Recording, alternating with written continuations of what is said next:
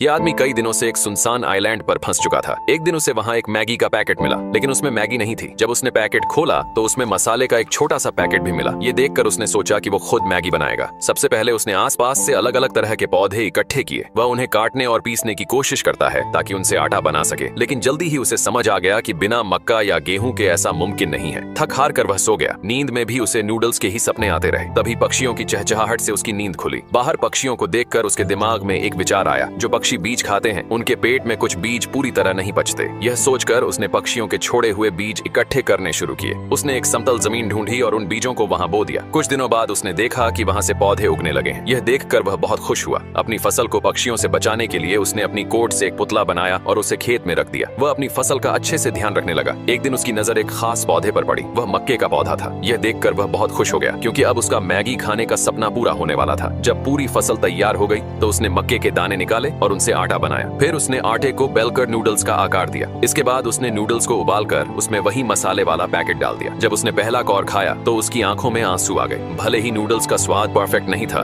लेकिन उसमें उसकी मेहनत और जिंदा रहने की जिद झलक रही थी।